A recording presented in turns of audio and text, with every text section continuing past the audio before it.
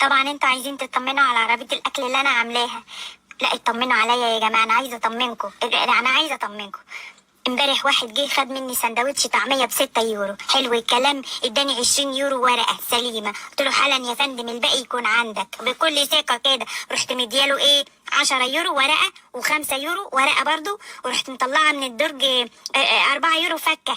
4 يورو ورحت مدياهم له وبيبيت له. قلت له بألف هنا وشفا، وكنت فرحانة جدا. بعد ما مشي اكتشفت ان انا اديت له 19 بدل 14. مش عارفة جت ازاي دي.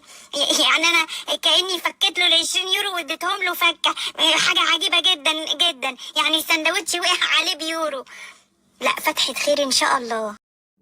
دي خد باله بقى، خد باله ان في واحد جه خد سندوتش طعميه ب6، اداني 20، رحت انا مرجعه له 19 باقي بدل 14. فاتلخبطت بقى. راح معلي صوته بقى جوزي وقال لي ايه دوت، انا لاحظت ان في ايده كتير، هو كان مديكي 50 ولا 20؟ قلت له الصراحه كان مديني 20.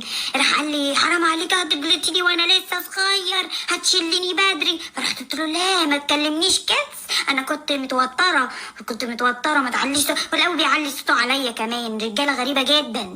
ده جه تاني الراجل ده وطلع ما خدش باله المره اللي فاتت. قلت له بقول لك ايه، لا ده انا اقفل المنطقه. انت المره اللي فاتت انا اديت لك باقي ازيد من الفلوس بتاعتك وما دفعتش ثمن قال لي بجد ما خدتش بالي. طب اديني بقى ايه واحد برجر.